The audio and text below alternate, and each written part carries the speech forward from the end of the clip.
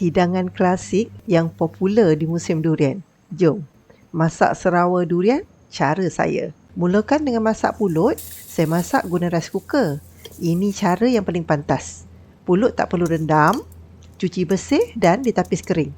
Kemudian bancuhkan santan bersama garam, kacau hingga garam larut dan satukan dalam rice cooker. Tambah minyak masak supaya pulut lebih berkilat. Gaul rata, masukkan pula daun pandan, tambah aroma, on Swiss dan masak macam biasa. Cara masak kuah serawa durian, mula-mula panaskan santan, guna api sederhana. Dah mula panas, masukkan gula, garam untuk naikkan rasa lemak santan, daun pandan, kacau hingga rata. Untuk elakkan diri santan pecah minyak, pastikan guna api sederhana dan kacau selalu. Santan dah panas dan beruap, masukkan isi durian. Lagi banyak isi durian, lagi pekat kuahnya. Boleh adjust ikut selera. Kacau sekali-sekala sampai isi durian masak dan sebati dengan kuah.